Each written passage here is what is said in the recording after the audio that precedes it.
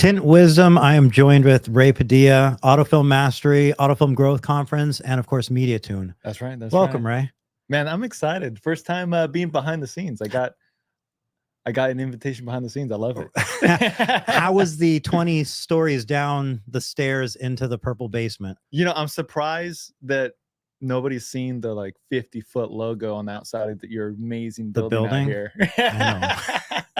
Don't give away too much.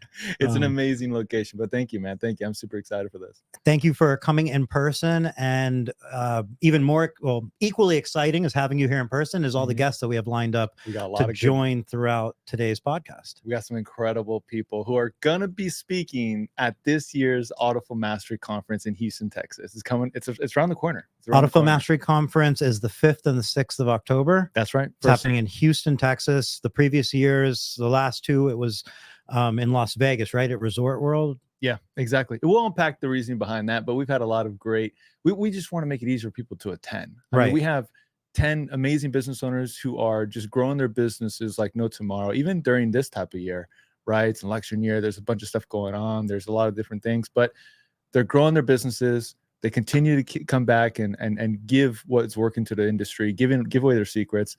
And we're going to hear from some of them today. So, and I mean, point being, where I'm going with being at the fourth one is this is not the first one. It's not the second one. This is your fourth one. This is something that obviously you've now been able to iterate many times, and that just means more value to those that attend. And it gets better and better and better every year. It does get better and better every year. I can attest to that personally. And speaking of getting better and better every year, our first guest is also a newly crowned, I mean, I would already have called him the champ before, but he's officially a newly crowned champion, coming out of Chattanooga, Tennessee, the Window Film Revolution Conference. This person, I'm trying to build suspense, I suppose, took home a $10,000 first place victory in the team's PPF competition. Mike Norg. What's up, champ? Hi, guys. What's up, champ? How you feeling? I'm feeling good, trying to catch up with work. You know, we've been out of town for like a good 5-6 days, and, you know, just a lot of catching up to do at work. Did you make it to the bank yet to cash the check? Oh, I deposited that mobilely, like the same hour. Rick said, hey, if you don't cash this check next week, there's going to be no more money. So I said, okay, I'm going to do it right now. Cash it quick before the auto people cash theirs, because that was even bigger. Mike moves fast. Yeah. Mike moves fast. Make more money. So, Mike, can you, for those people who may not have showed up, can you tell us what you won exactly? Just a quick summary, because we got some questions ready for you, brother.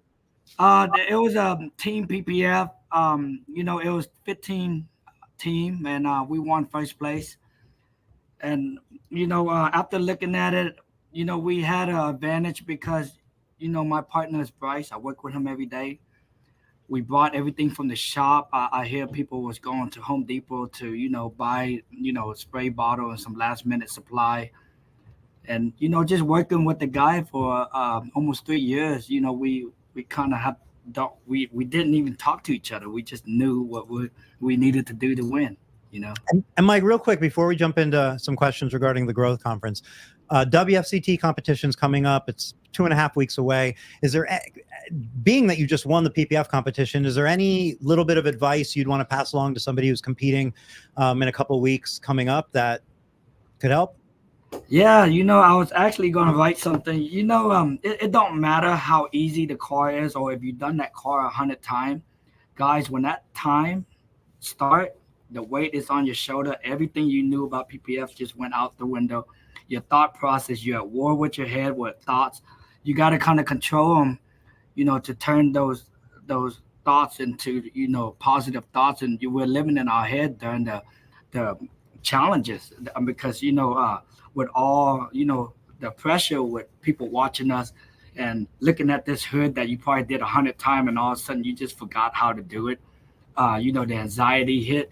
You just have to like talk to yourself in your head and make it a very peaceful place, because you will have some crazy thoughts that come in, and that's what was happening. And I was just trying to control them, like, because I kind of just forgot everything like I knew how to do for the last like 15, 20 years. And, And that's what happened during um, um, a challenge. I mean, when you're competing, guys, because you're competing with the best of the best, and those thoughts can overwhelm you with knowing that that guy is next to you, and you're not even pay attention to what you're doing. You just have to control your thoughts, and that's what I'll tell everybody. Like when you have those thoughts, convert them into positive thoughts and what's in front of you and what you're working with. Amazing. So let's jump into talking about the growth conference and also touching on branding and all the different ways that, Mike, you have leveraged branding both within our community, within our industry as you, right? You've branded like Mike Norg. Everybody knows you within the industry. You've branded your brands, your actual local stores. You've branded those to our industry, let alone also branded them obviously to the end consumer within your community. So yeah, Mike. So tell us a little bit, man. I know we had a conversation. I'm not going to give away anything that you're going to be talking about this year's conference, but you're speaking on this at this year's conference. You're coming fresh off of not just one trophy. I forgot to mention there's 2 trophies. You won Texas Deal of the Year for PPF as well. So just to say that you have an industry leading PPF brand, I think that's an understatement. I think that what you've done is phenomenal. Can you tell us what went behind you developing this brand? What comes to mind when you building auto film from a shop point of view? So for everybody listening, sometimes I talk and sometimes I'm ahead of, because there's a level to this, and sometimes I'm ahead, sometimes I'm behind, sometimes what I'm talking about, somebody already done it. So I just want everybody to know there's level to this, and when you first get into it, you should use a brand to level your business. If you're new to a business, you gotta use a brand. You got to use the resources that they put out, the education that they put out on the website and everything else to the end consumer or anybody else. So you should do that, and then you got to leverage that brand to brand yourself, and that's what we did. And it take a long time to do that. We did not know we were doing that in the beginning. We just start knowing like we need to brand ourselves like toward the end of. I said we did a really good job starting like 2016, but a better job in 2019. And then now if you come to the shop, everything is AFS. So there's level to this. And I highly recommend, because I made that comment, you need to brand yourself. And then I got a comment. I mean, I made a post and then I got a comment saying, yeah, but you've been in business this long, you've been doing this. Yes, they are correct. So that's why I say, I kind of have to be careful, and I want to say it right because there's level to this. And when you're starting out, you need to use a manufacturer brand and what they have built, and then use that to brand yourself. And that's what you should do. And that's what we did. Very cool. I love that. So, Mike, what would you say is the one brand strategy that people are not using right now? Let's paint a little bit of a picture there. The business that wants to focus more on building their brand. Let's say they're at that level. They're at that stage. What is there any strategy that you see people are not utilizing properly or not utilizing enough of right now? Yeah, I mean this. So if you guys are listening, you need to write this down. You need to know who your target audience is. You have to know that. And when you know your target audience, you need to laser focus on them, and then brand yourself to them. So what I mean by that is our target audience is like, just say Tesla and Porsche. Those are the 2 biggest buyer of PPF. Those are the guys that are educated, that will spend money. Join the community, buy a Tesla, buy a Porsche. We own both of them.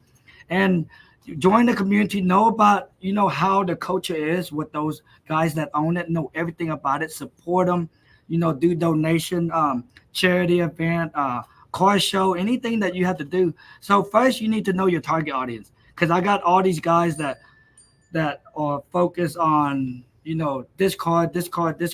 But once you have laser focus on who your target audience is, and it don't have to be, our target audience is Raptor. We own a Raptor, so we bought a Raptor C8 Corvette. We do the most C8 Corvette, so we went out to buy a C8 Corvette. So you have to laser focus on them. You can't do it all at once, so it takes steps into it. We just have the resources that we have built over time with our media team, our staff and everything else, and got educated on that. And we brand them like AFS. This is what we do. This is how we do it. We never say this is the best film. We always say any established business and any high quality, business will always use a quality product, period. So don't ever ask like what film we're using. You should ask who's doing the work, how much experience they have, how long they've been doing it, and how they do they do it differently from other shops. So that's how we did it. Oh, that's so true. Mm-hmm. Ray, you told me to do this, and I'm ADD, so I have to write this down. And everybody should do a case study on themselves. You should always, go back and see all the mistakes that you have, and that you made, and how did you overcome them, and what can you do better. And that's what people don't know, because I see all these posts that, hey, how long should it do a Tesla? And people will say, oh, that's an easy car, that's a simple car. It wasn't. So when people say that, they actually don't remember the journey and everything that it took them to be able to do that car in 2 or 3 hours, or maybe one day, or doing a full body in like 1 or 2 days. They don't understand that. So when I see those comments, these guys are actually taking their past and they just threw it away in the trash when they could study it and always like remember everything. And that's how I do it. I always look back, before I make a decision. I always look back to see, have I made a decision close to this or somewhat, similar to this, and how did I make it, and was there a mistake when I made it that way? And that's what I do now. That's why all my decisions are calculated, period. I can't make a bad decision. I'm not in my 20s no more where I could take a chance and fail and get right back up, A lot of self-reflection and revision, super important. Self-awareness. And like you said, it's now you have many years in it. Like you said, you're not in your 20s, and you like it maybe in your 20s it can feel good to go fast, right? But like Mike's saying, as you get maybe a little less time in front of you and more experience behind you, you want to make those decisions based on calculations and numbers and facts, not feelings and emotions, which oftentimes definitely can lead you astray. Oh, the second you start to use your, there's a place for intuition and emotions, but I don't know that sales is necessarily one of them, or business is, numbers. You have to know it to grow it. The numbers don't lie. And yeah, you got to reflect. You got to reflect. If you don't reflect back, then how do you know what you did well, what you did wrong? I feel that the top performers, they're absolutely some of the most self-aware people. That was very well said, Mike. And that's kind of, I think, comes full circle to the idea behind the Autofilm Growth Conference, which is, you can do it yourself, right? You can spend years and years, and we all, I think, can think back to our own journey and the times where we were just figuring out ourselves and learning and so on. But then you can also go to something like this, and you can speak to people who have 20 years behind them, and they have their reflections and so on. And you can take some shortcuts, and you can save some mistakes, and you'll still make your own mistakes, but you can skip a lot of steps, potentially skip a lot of mistakes, potentially skip a lot of hardship and so on, and maybe get further down your journey because you were able to speed up sometimes and maybe not make the same mistakes others have made, right? You could easily save a decade with a mentor. You could easily save a decade with someone who's ahead of you.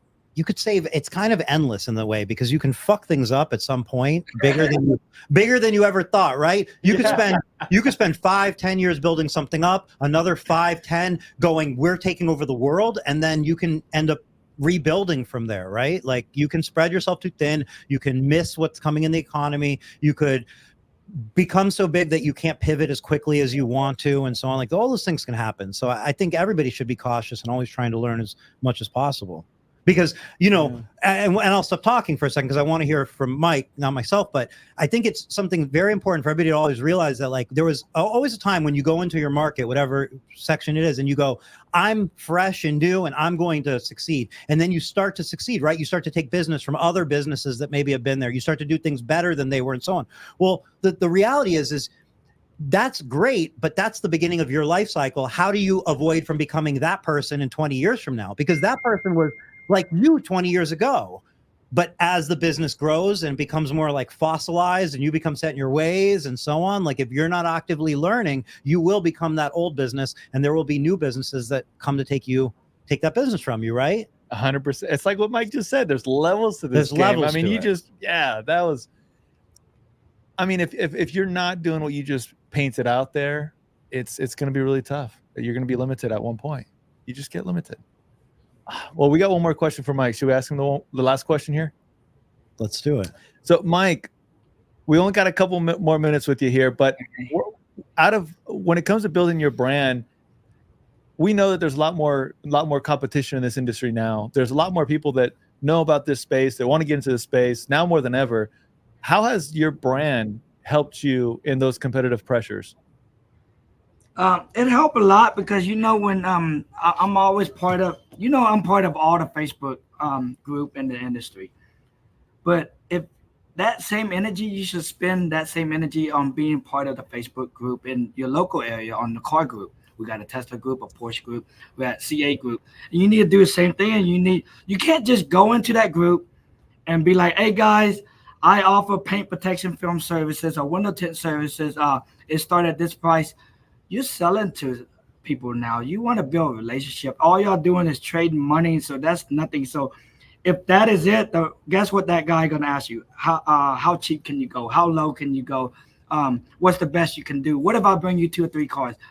That's all you're doing, instead of saying, hey guys, let me introduce myself when go to the local meet and stuff like that. Join the community. Don't just come into the community and try to get money.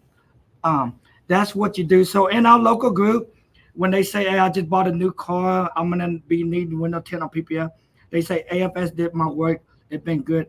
We created in Houston, Texas, like they won't say a brand. They won't say XYZ is the best film you should have on your car. They always say, them guys at AFS, they get really good customer service. They was amazing. They got my car out in like 2 or 3 days, as they said, stuff like that. So we cause a demand. So you'll see AFS. And a relationship, it takes time to build a relationship, but you'll win at the end because you'll start getting referral. Referral is the best business you can ever get, period.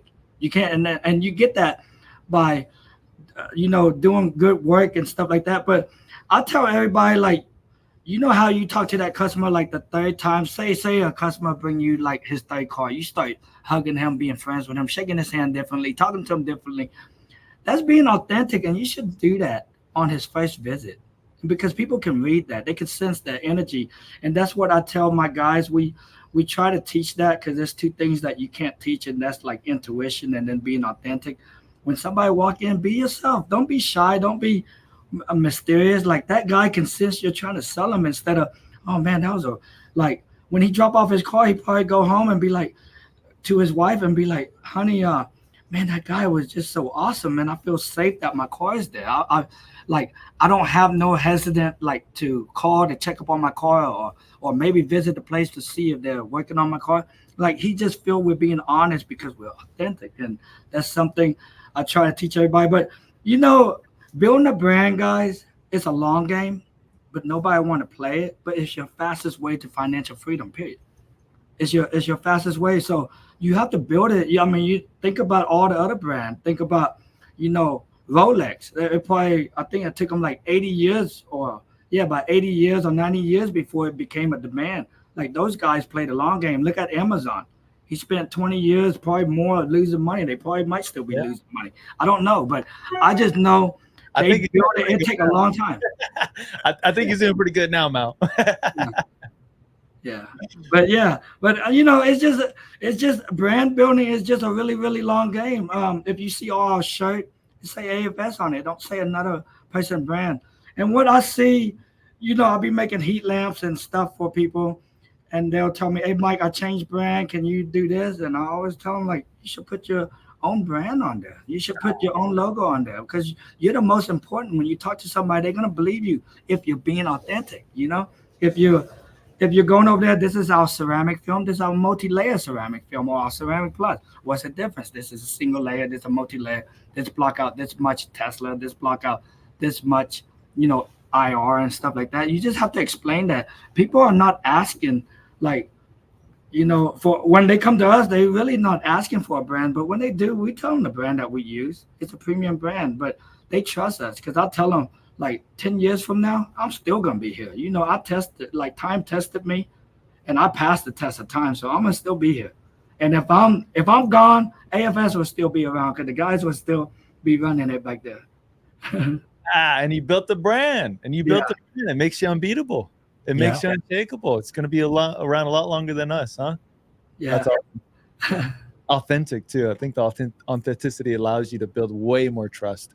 That's one of my key takeaways from what you said there. Got to build a brand off of authenticity. And it helps when it's authentic, you enjoy it, and that helps you be able to stand the test of time and go that long term because you're being yourself. You're doing something you enjoy. Yeah, it's important. I love it. All right, well, is our time up here? I think we're gonna roll to the next speaker. Thank you, Mike, for joining. Thank you, guys. Congratulations on the victory. Thank you. See you soon, Mile. Okay, I'll see you. All right, we're gonna do a little behind the scenes real quick. A little behind the scenes. Let me pull this up a little bit. I feel like I'm hunching. All right. So, what better way to get this started than with Mike? I mean, I know that was pretty good. It's more than pretty good. And I really love that he brought up a couple things. He brought up that he is conscious of, like, not everybody's in the same place in their journey. And for sure, what you do to get you started is not going to also take you to every level there. And if you do something, 10 years down the line, that might not be a good fit for day one either. Right. But with that said, there's always aspects, and it is a complete journey. And somebody like Mike is clearly conscious of what it takes to begin. And his point was, hey, when you're starting off, use the manufacturer's resources. And he's obviously, like, I agree with him completely, because, you're starting off, like, you're not going to have time. Maybe you don't have money. You're not going to maybe even have the jobs to be like create case studies and have all these pictures. And, like, you kind of, maybe even if you're in business for 6 months before you do that, or 30 days before you do that, you don't want to necessarily do that ahead of time because you don't have any of that. So being able to lean on the manufacturer's case studies and so on, and sometimes even the opportunity to co-brand them. If you can get the downloadable document, you can add your logo to it. Now you have this co-branded document that you can email your customers. It's a project that was done with the product you use, and you're leveraging their brand to build your brand. But then his point was, after you're growing your brand, start to leverage your own brand and shift into that focus of, hey, my heat lamp's going to have our brand on it. Day one, your heat lamp might not have your brand on it. So I love what he was saying, because you touched on it too, Eric. You were talking about long term. You're building a vision for a company that's going to be around for a very long time. So many people aren't looking at a long enough time horizon, and that's maybe why they can't build up that big authoritative brand or that expert brand. Because I've been in Mike's shop. When customers come in there, the shop sells you. You're sold when you see the building, then you're sold again when you open the door. I mean, they're asking sold, advice. then you see the cars, right? And then they come in with like 2 or 3 other quotes. I mean, how often are people getting undercut in the market? Well, they're going to Mike knowing that they're spending more money, and that's the power of building a brand. But one of the big things I really like that you guys were both alluding to was, it's just going to take time. It's one of the most powerful things that you can do. It's going to take a little bit of time, but it's the fastest way, as Mike said. It ultimately is the fastest way to financial freedom. Oh man, a good way to get things kicked off. And when you're thinking about that long term, you start to make the decisions with the long term, and you do set yourself up for it. But if, like you're saying, you're thinking short term, you may be doing things that will actually make it harder for you long term. Exactly, spot on. Couldn't agree anymore. So next, are we ready to roll in our next? Let's go for it. Is he in the waiting room? Looks like we have a connection, device not connected. So he needs to probably jump out and jump back in. And I could definitely fill the minute with talking. No problem. Oh, we're back. We're ready. All right. Hello. All right, let's go for it. Hello. What's up, Zay? I could do a little bit of an introduction here. Let's do it. You want to kick him out for a second, and then bring him back in? Yeah, let's kick him out for a second. Okay. We'll bring him back in. We'll do the intro. Awesome. All right, Eric. So our next guest is someone I know pretty well. He's a brother of mine. He's the owner of 48 Detailing. He has a great story out in Surprise, Arizona. So I live pretty close to him now. Okay. Everyone thinks I lived in Houston, but I lived in California. People think I live in Florida. I live in California. You see what I'm saying? Like so we can relate to this situation. Yes. Well, I now live in Arizona, in Glendale, Arizona, and he's pretty close to me. I'm excited. It's his first time stepping on stage this year, and he has a really interesting topic. So let's welcome Mr. Zaya. Welcome. Oh, thanks for letting me back in, guys. What's up? What's up? How you doing, brother? I'm good. I didn't know you lived in AZ, bro. I thought you lived at the airport. I do travel often. Yeah. I do travel quite a bit. What's up, guys? Thanks for having me.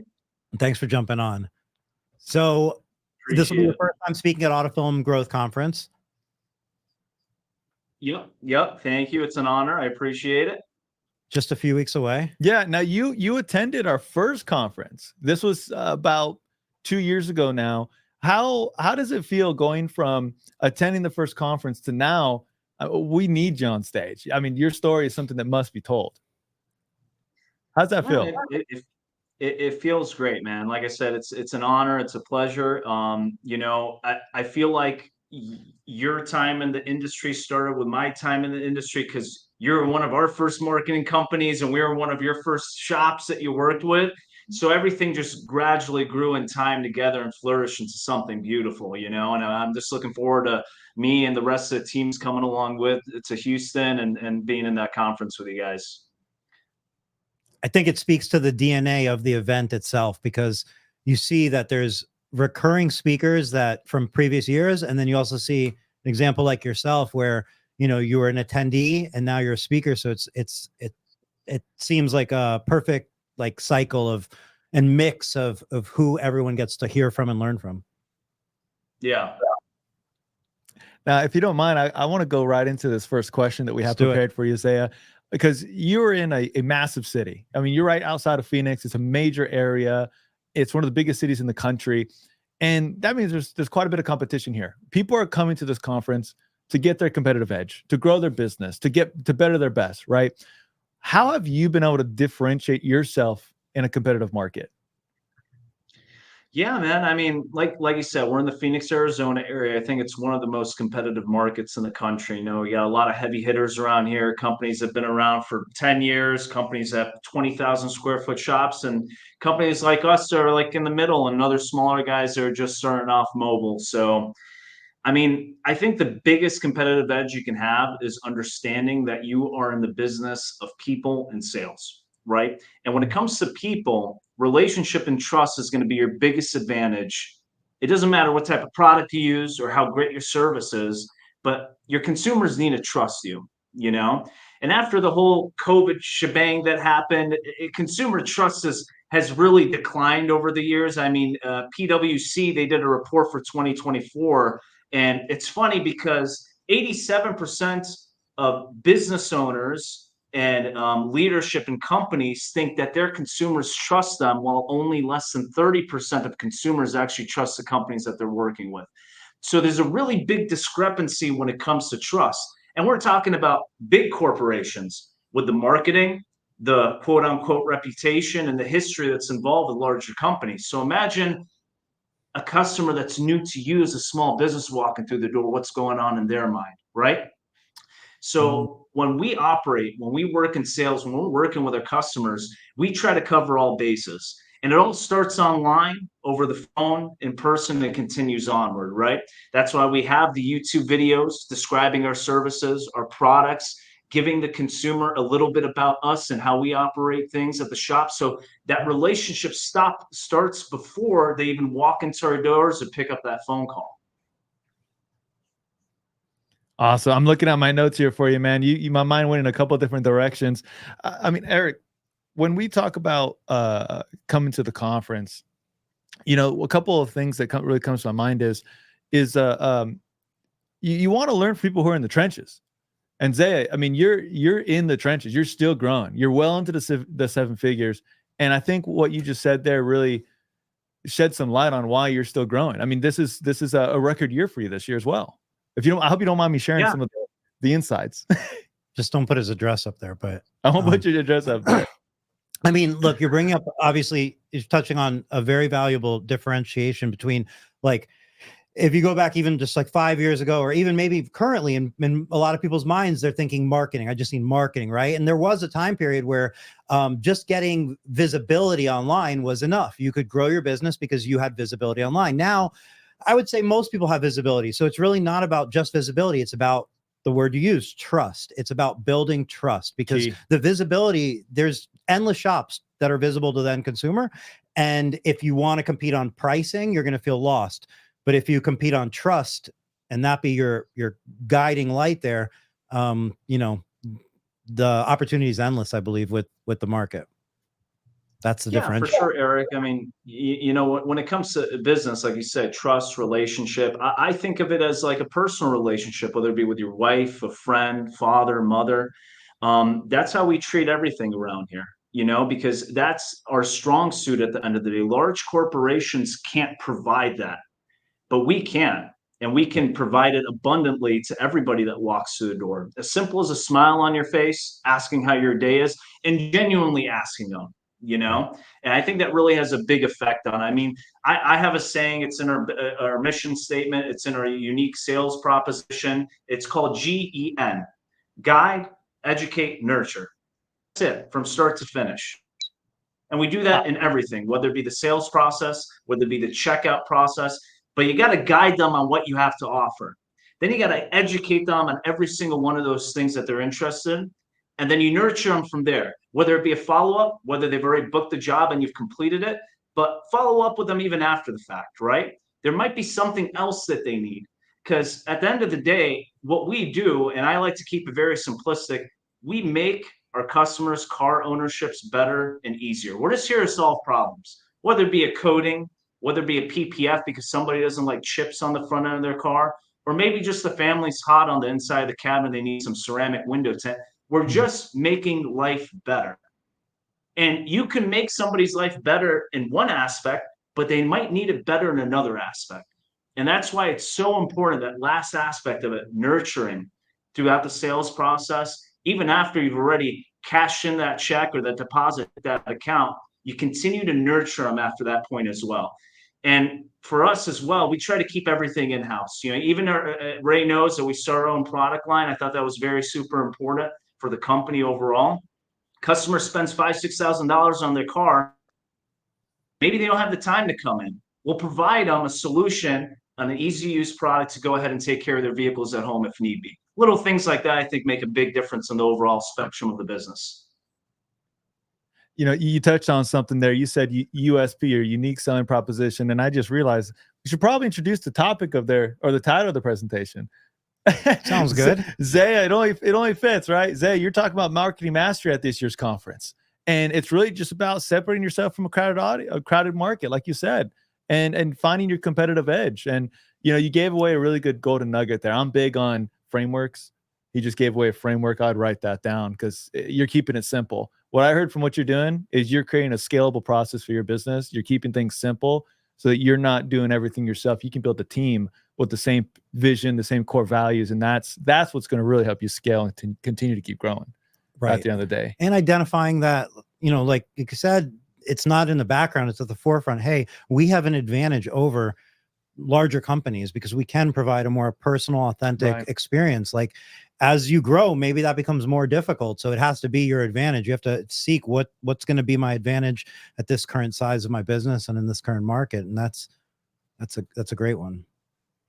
Well, if you guys see me looking down, I'm looking at my questions for you, and I'm making sure I don't want to forget what I'm asking each speaker. We got a lot of people coming in. Just edit that part out. The part of you looking down. Oh, it might happen quite a bit. Well, wait, Zay, I got one more question for you. You know, we're talking about mastering your market, and you know, what would you say a business owner should look for? What kind of dynamics should a person look for in the market? What kind of trends? What should they be paying attention to? Great question, my man. I mean, I think there's two things that every business owner should take note of. One has to deal with our consumers. The second has to deal with our competition. We are dealing with the most educated consumer base known to mankind at this point. With all the social media, videos, content, marketing, so important for all of us to understand it's not like how it used to be, where you can do that simple used car salesman sales pitch or marketing a customer to get them to where you want, right? And transparency is key when it comes to that. But now on the business side of things, I call it business and operational confidence. I think it's lacking, especially in the economy and the market that we have going on right now. I can't tell you how many times I'm on Facebook of guys complaining about price points and this guy did that and this guy's doing this, right? it's a really fresh change for a customer to call you, and the conversation is so kind, so sweet, no shit talking, no bashing. When somebody asks me, do you know this company? They're charging this. I don't even know what you're talking about. I could have had beef with that guy a year ago. I still don't know what you're talking about, you know? I keep it between you and me, the business owner to the consumer, right? So going back to educated consumer, we have to provide them more than just a better product, a name brand, longer lasting coating, lifetime warranties. All these things aren't unique to you because anybody can slap them on any box or any ad or any type of a sales pitch and think that they're better than the other person. I'm not looking for better. I'm looking for different. Not all different is good. You know, I was in the conference room with you guys when Mike was talking, and he was talking about keeping it yours, your brand. And Ray knows this. About 2 years ago, I made sure to cut everything from pretty much every marketing thing, every other manufacturer that I have. I went in-house with our detailing products. My films coming from a specific manufacturer, and we keep it all 48 detailing. You work with us, and it keeps things very simple. Now, with that in mind, we have to understand that we have the advantage at that point to go ahead and utilize us as people and as relationship builders to sell our product from there on out, because that's what you're selling at the end of the day. I always asked myself when I was working with these bigger companies that were charging me $1,500–$1,600 for a roll of film, price point doesn't really matter, but what are they offering with that price point? Because I wasn't getting the customer service. I wasn't getting the warranty service, you know, when we had an issue with film. I was just getting a name and a brand, which, to be honest with you, in the small business spectrum of things, doesn't really help you out much, you know? And this isn't just specifically towards one brand, it's all brands out there. I want to focus on me. I want to focus on 48 detailing. Like Mike said while I was here earlier, branch that out to my community more than anything else, because I know how to control my reputation and grow it from there and keep it consistent as well. Man, this is getting good. That was a really good follow-up to what Mike was just talking about. Mike was just on, and he was talking about that there's levels to this game. And I think that what you painted the picture of is that you painted the picture of when you decided, when you felt that it was the right time to transfer away from another brand into just focusing on 48 detailing. So I think that, yeah, there's going to be a lot of strategy talk coming up here. Excellent strategy, by the way, obviously. In such a cluttered market, to be able to, like you said, everything's focused around, you know, 48 detailing and not getting into these brand wars. It's us. We don't know about anybody else. I think, you know, your point too, when people ask you about another shop, you say, I don't know anything about that, basically, is, you know, so many other people may be tempted to put them down, but by putting them down, all you're doing is telling that customer, don't trust anyone, don't trust me, don't trust them, you know, and that's not going to help in the end of the day. Like, that's not what they're looking for. They are looking for somebody they can trust. I call it sales desperation. You know, when you as a salesperson get asked that question, well, what about this guy, and what about this price, and what about this product and service and brand?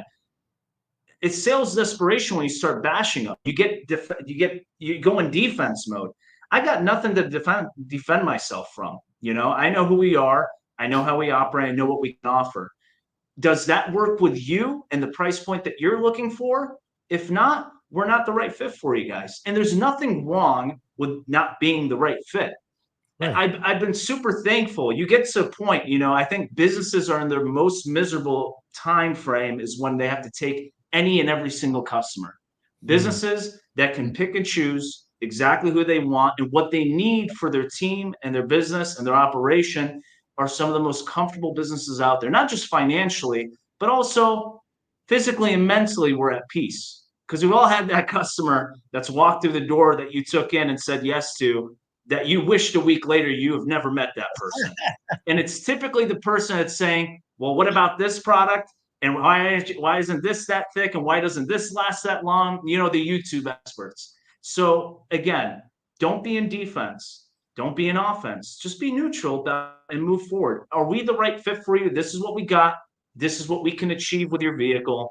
If that works for you, awesome. If not, we wish you the best of luck. Last question before I let you go. I'm just curious, how do you how does your company deal with negotiations when it comes to that? When people are asking, hey, I got a little better price here. Can you do a little bit of a discount? Are you firm and confident? Do you leave a little wiggle room? I imagine you're not one to slash your prices.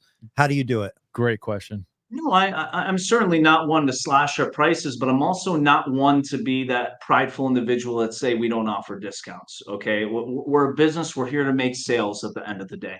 Now, there's a balance to offering discounts. You don't want to get to a point where you devalue your service or product completely, right? So within my company, our structure of sales, we actually have documents that state what can be offered with certain packages and also certain services, right?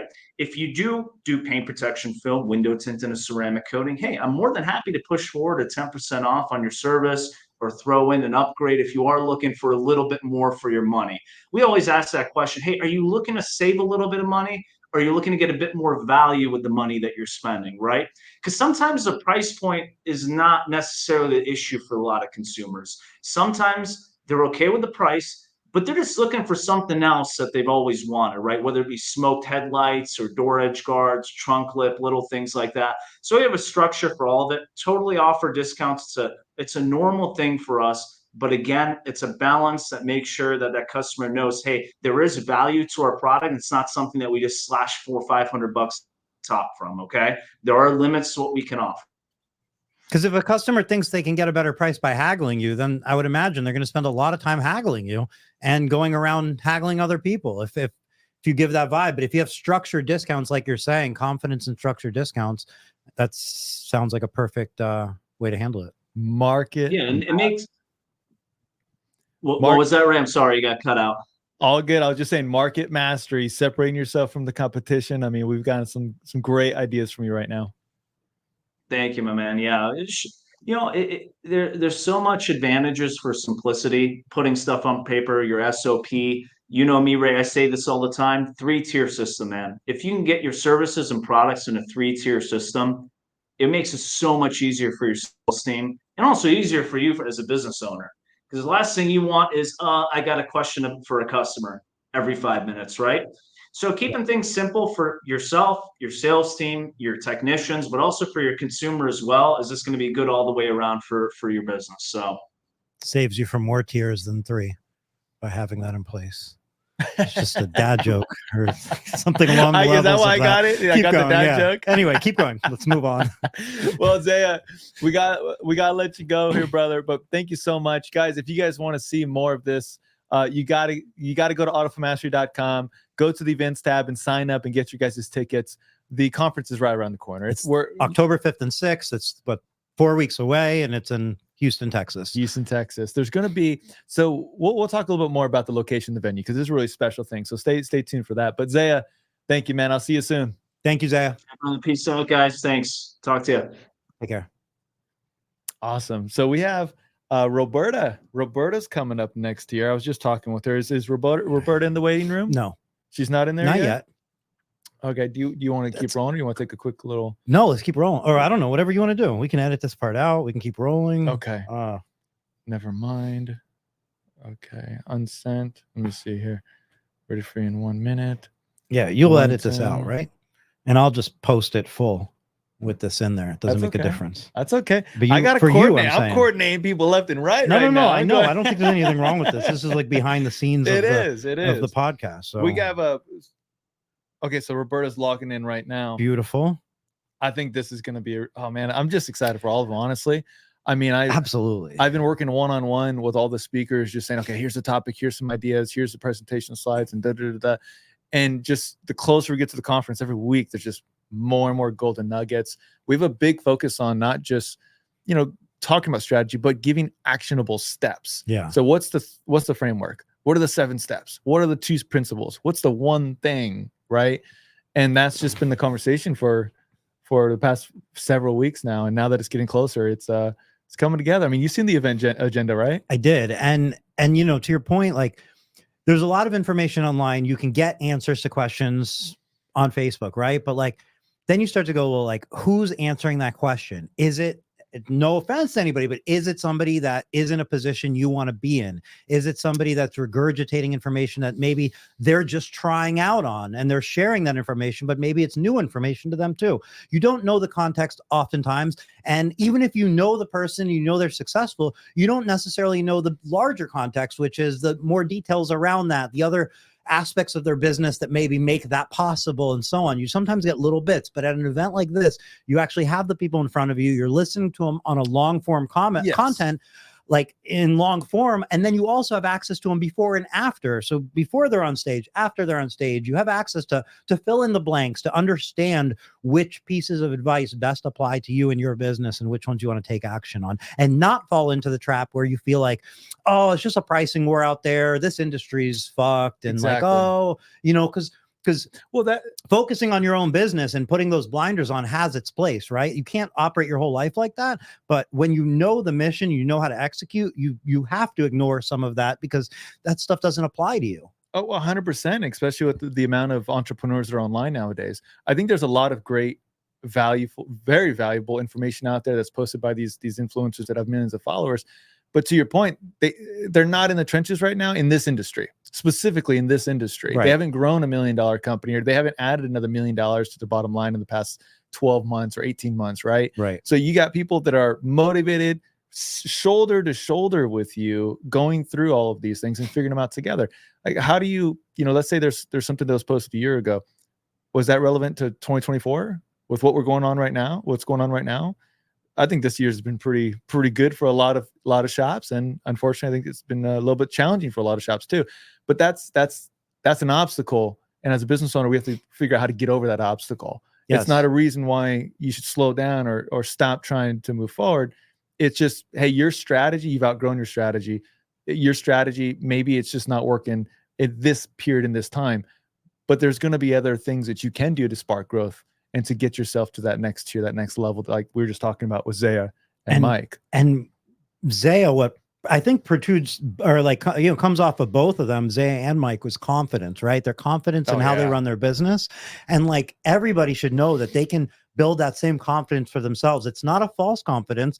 It's built on, like, it, you know, literally, like, to use the word in the, it's built on having actual confidence that, like, I know that I have control over my marketing. I understand when I'm putting money into something, how it's coming back to me. I understand the process of the business. So when things, maybe I've heard feedback from some that this has been like an odd year for them. It was a little busier at times and slower at times than they expected. So it makes them feel uncertain. And you're not gonna be able to predict the economy. You're not gonna be able to predict your competition, but you can set yourself apart and be part of that top, like, business that has confidence and has the ability to steer the ship through rough times and come out of those rough waters successful.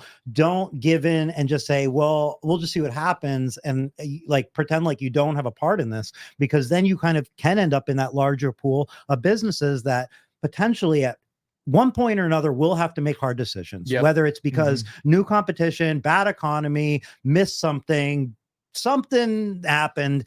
If you're sleeping on your business, you potentially will have a nightmare on your hand at some point.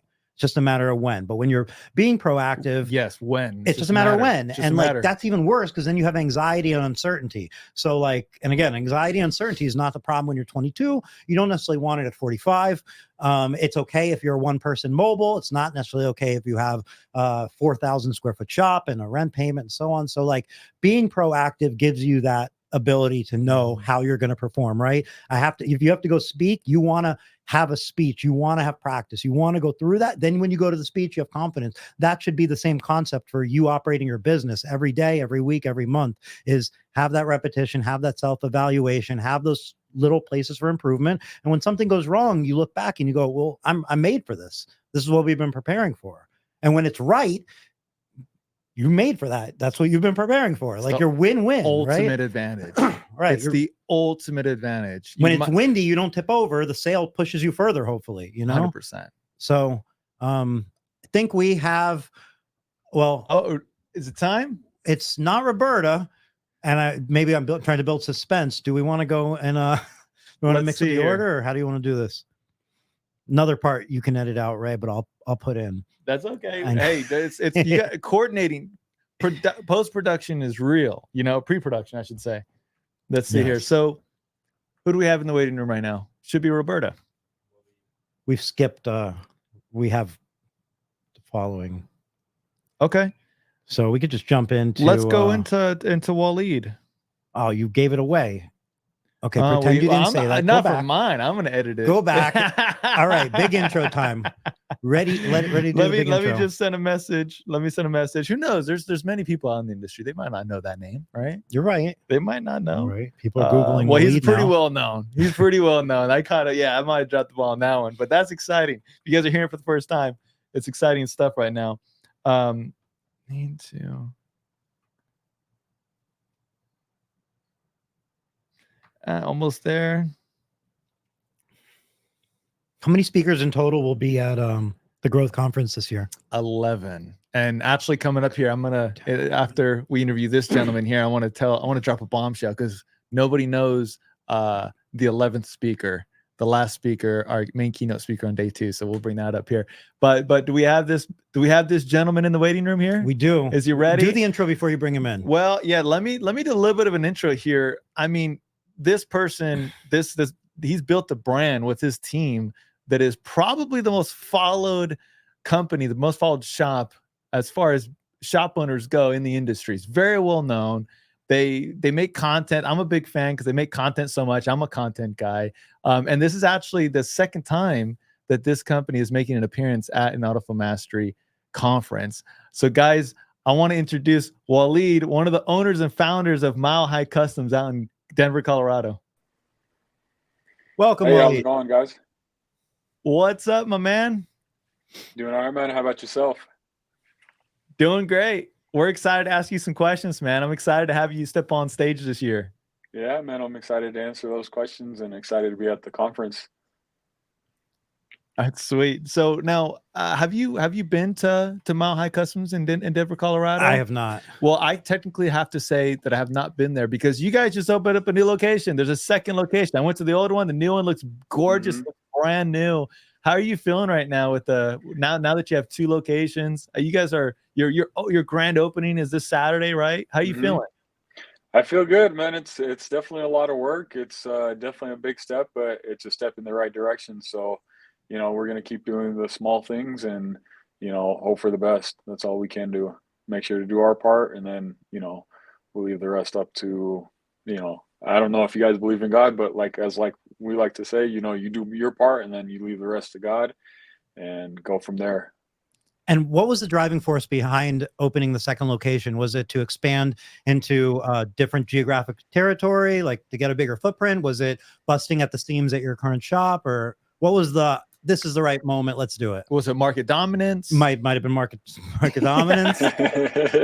So it's a few things. One, we do have a quite large ownership group, maybe a little bit bigger than most people. We're actually 4 owners. And we're all at our current location, which is south of Denver. And I just feel like we may have reached, I don't want to say the peak of our potential, but we just to push out the numbers that we were pushing out of one shop and for the size of the shop that we have, I feel like we were just at capacity. And to have 4 owners at one shop, we were kind of limiting ourselves with the amount of manpower that we have down here. So we're like, okay, like we knew our goal was to expand, and we're just at that point where we're like, okay, like it's either now or never. And we kind of took a look at our statistics, in QuickBooks and stuff like that, just to see which demographics, we could better serve and capture a little bit more of that, customer base. And so, we had actually our second location is maybe about, I'd say 20 minutes north of Denver and probably about 30 to 45 minutes, depending on traffic, from our current location. And we had a pretty good customer basis up in northern Denver. And we're just looking at it like, okay, well, we have these high-end clients like willing to make the drive. Why don't we, go up there and see if we can capture even more people, and not just necessarily the higher clientele, but everything in between. It's a nice shop too. He's been posting all over social media. Market dominance. Market dominance. That's what I heard. I heard market dominance. I just heard you want to take over the state. Yeah, I mean, I can't tell you guys that now, but definitely our goal is, my personal goal is to open up 5 to 10 shops within the next 5 to 10 years. Woo! I love it, man. I love it. And that's actually your topic at this year's conference. You're going to be talking about expansion. You're going to talk about how you launched the second location and how you're making it look so damn easy. It looks easy, man, but definitely a lot of thought and a lot of effort goes into it. A lot of capital as well.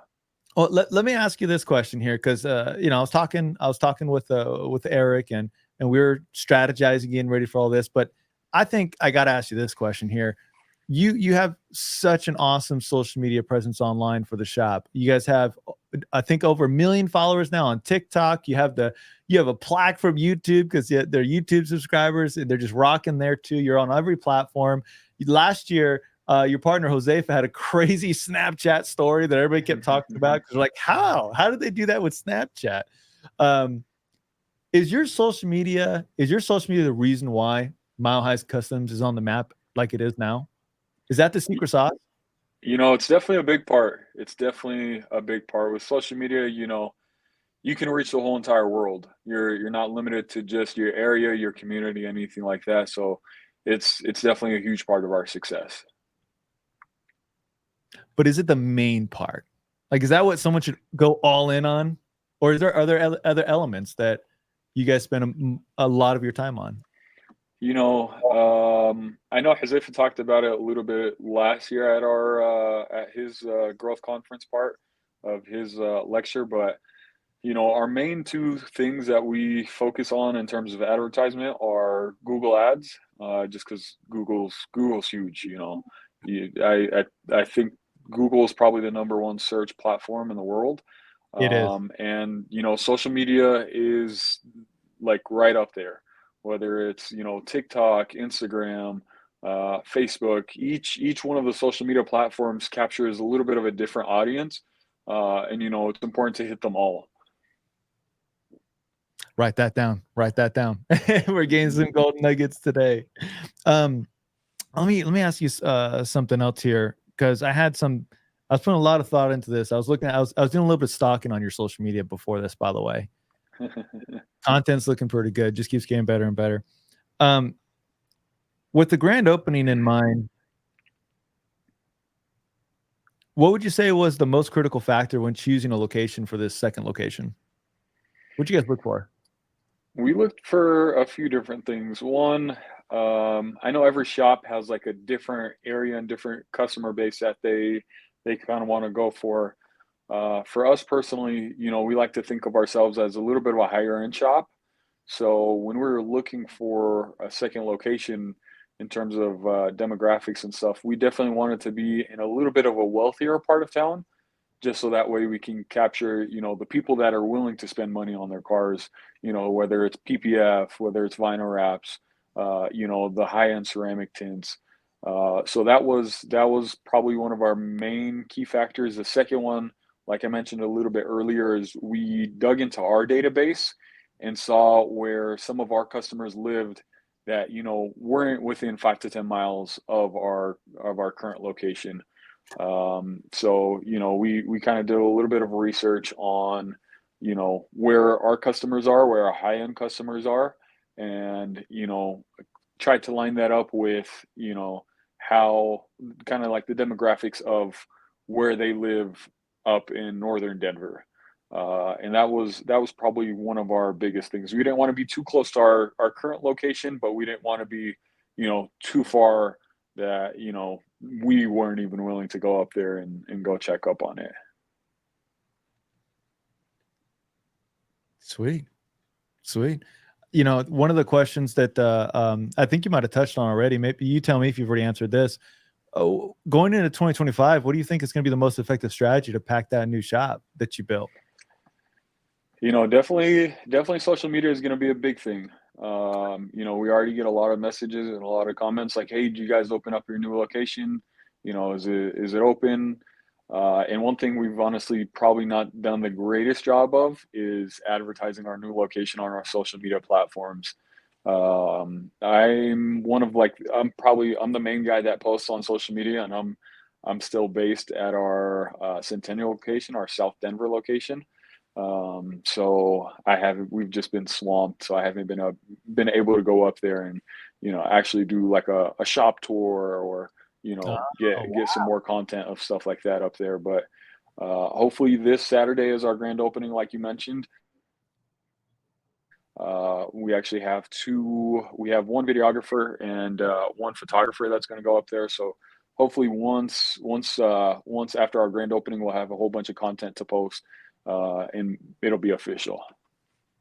Nice. I can imagine it's gonna be a lot easier to make content with 2 locations. I'm still hung up on the strength that you have of having a 4-owner like situation, because like a 4-owner situation is incredible, because you obviously work well together because you're successful up to this point, and then you have obviously like 3 other people that can help with that expansion, help with the building blocks, as opposed to, sometimes like if it's a 1-owner situation, like you almost don't have time to do anything. Where 4, like you have 4 people with the same sort of like potential, interest in ownership. Like I feel like even 2 people, can do 3 people's jobs. 4 people can do 10 people's jobs in a way, if that makes sense. No, that is such a great point, because there's so many solo entrepreneurs that desperately need a partner. They desperately need someone that could be an executor, the person that just brings all the ideas to life. Because a partner could be a nightmare, but if you have a partner that works well, and then you could have 2 partners or 3 partners that work well, you can accomplish so much as a group. True. That, you're not going, like, it's not like the partners are going anywhere. They're not going to go find a new job. Like, they understand, they have skin in the game. So like, I imagine those 8 to 10 or 13 locations over the next few years are on the way. Oh, they're on the way, because you guys are working well together. You guys are continuously growing, not slowing down, man. Very impressive structure. Like, I think that's a big advantage. Yeah, it's partnerships are definitely like a marriage. So, finding the right partner is definitely key. And you got to know, and you got to learn how to be a good partner. Yeah. Yeah. All my businesses have partnerships. And, if you look at any massive company, any 8-figure company, depends on what level you want to play this game on, but any 8-figure company or above, they all have partners. At some point, you always hear they're bringing somebody in, right? No matter what company you can think of, at some growth scale, you're bringing somebody in to help with something or whatever at some ownership level. That's a good topic. Maybe we should ask Waleed, think about that topic. Okay, think about that a little bit while you prepare. Because there's a lame saying called "the only ship that doesn't sail is a partnership." Because partnerships are so hard to fucking make work. And like you said, it's like finding a spouse, right? And like, you find your spouse, you can find the perfect person for you. If you don't work right at it year after year, it can become the unperfect spouse. You could become the unperfect. So it's a real topic. It's a very, I think that's amazing. I've never heard of that analogy. I'm a sucker for analogies. Yeah. And that was a good one. The only ship that doesn't sail is a partnership. Well, Waleed, is there anything you have to say to the people watching here at home, or maybe at their shop while they're listening, probably while they're installing? A lot of people do that. Anything you have to say? No, man, I'm excited to be at the growth conference this year. Hopefully I can provide some people with some knowledge and some insight, and continue to help this industry grow. Absolutely. Thank you, brother. We really appreciate you. Can't wait to see you and hang out a little bit. Yeah, I appreciate you guys for having me. Awesome. We'll talk to you soon. Thank you, Have Ali. a good one. See ya.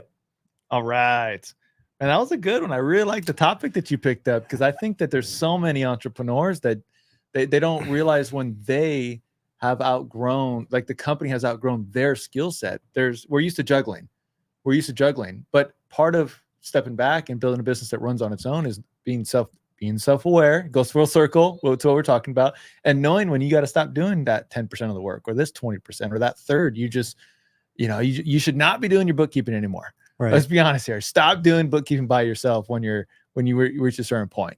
Pay someone to do it. And as your business grows, you have divisions, right? You have admin. I got to deal with my admins. I got to deal with my installers. I got to deal with maybe my salesperson or whatever it is. And in a scenario where you have a partner, you have two people that can 100% be trusted to spread themselves out, or 3 or 4, and you can start building those divisions. When it's one, you can find yourself spread very thin. At the same point, I'm not saying everybody should get a partner, because if you don't have the right partner, it's absolutely not going to work out. A lot of the reason people are in business for themselves is to be in business for themselves. So you have to find the right partner. It's not going to be a patch for other problems. You're not going to be, unsuccessful for one reason, and then your patch is just team up with somebody over a drink at a bar one night because it sounds exciting. It has to be strategic. This is a long-term thing, and it doesn't necessarily get easier years in. Like, the challenges can become bigger. Partnerships can be easier month 3 than maybe year 4. So I think anybody with a successful partnership, that's incredible, and a lot to learn from there. Well said. I think you just got to continue to keep getting better. It goes full circle. There's a method to our madness of speakers. There's no we're madness. not just throwing people. I feel like this is tremendous. Like, every speaker it's almost like very well planned out. It's getting lined up. It doesn't feel like madness at all. It feels very well strategic. Mastery team does a lot of planning behind the scenes. It's part of it being your 4th event, right? You've now spoken to different people. You have time to prep. What pieces come together, and that's the magic. And plus, I just nerd out about this. Like, I am. I know there's an influencer that talked about this. I'm absolutely one of those guys where if we're just hanging out, I'm just going to want to talk about business. I love this stuff. We could talk about this till you're blue in the face. So speaking about faces, we have a new face to bring up. Let's do a little intro. Let's do an intro building here. Suspense. Don't say the name. Now, go ahead. Well, we're going to bring in somebody that is so good at what they do that they have a school for it. She has an academy for it. And I'm also extremely excited to say that she's our first woman speaker at the conference as well. Okay. She's a wealth of knowledge. I've had a few conversations with her, and there was just idea after idea getting thrown left and right. I want to introduce somebody that we're excited to have on. This is Roberta, owner of Modesto Window Tinting. Hi, guys. California Tint Academy. Yeah, there it is. And California Tint Academy. How's it going, Roberta? Good. How are you guys? Wonderful. We're doing fantastic. Thank you so much for making the time. I know you're very busy. Yeah, I was just listening to you guys right now. Really good topics. It's gone all over the place today in the best way possible. Yes. So are you ready for this year's conference? I am. I'm actually really excited. I'm glad to be a part of it. You were actually at last year's conference, and that was your first Auto Mastery conference, right? Yeah, I didn't expect to be going at all this year, because last year I was not even going to go to the Autofill Mastery conference. I wanted to go, but I was just got so much other things going on, and that's when we're really busy with the training and just getting ready for SEMA. And I had spoken with what's his name from what is Louis.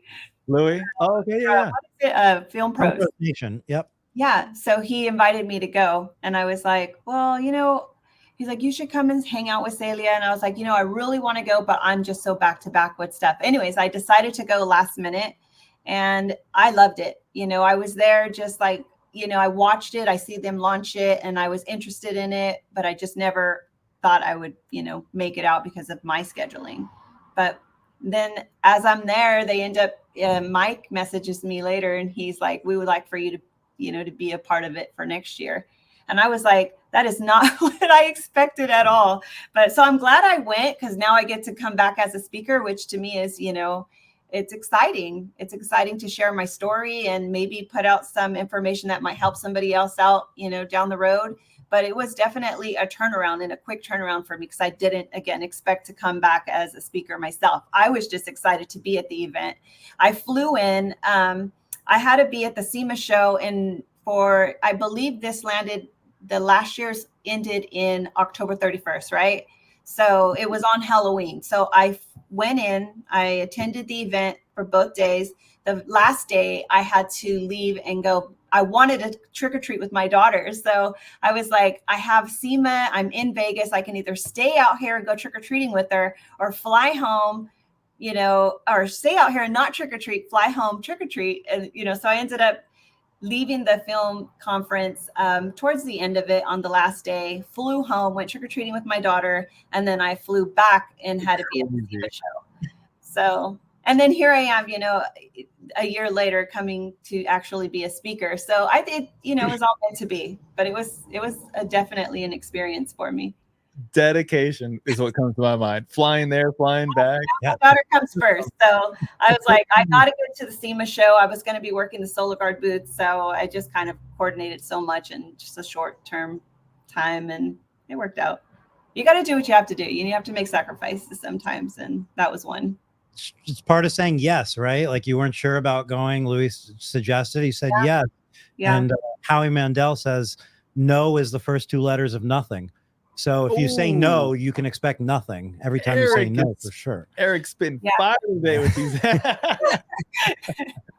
Yeah, true. You got to say yes. Sometimes it's easy to say no, right? I got other things, whatever, but you don't know what that yes is going to lead to. And a year later, 2 years later, who knows? Well, talking about yeses, I'm glad you said yes to speaking at this year's conference, because, you know, Mike Norn came up with the idea. He said, hey, let's have Roberto go up there. And it was immediate. Let's do it. Because we see you online.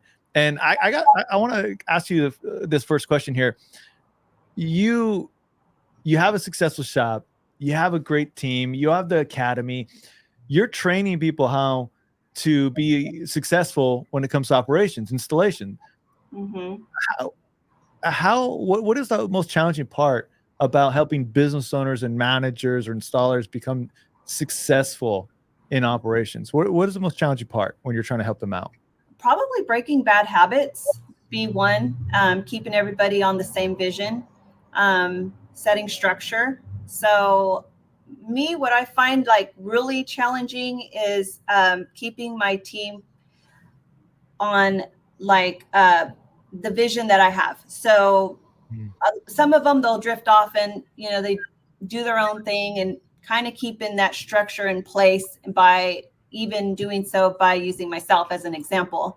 And then they kind of just fall along that path. So it's definitely breaking the bad habits in the shop and making sure that everybody's on the same page as well. And then their visions get, you know, wider, and that's how we keep it operating smoothly.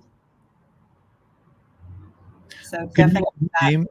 Could you name some of the bad habits? What are some of the bad habits that you have to come in and kind of get rid of? And so basically my thing was this with my staff, when I'm going to talk about Modesto Window Tint before CTAs.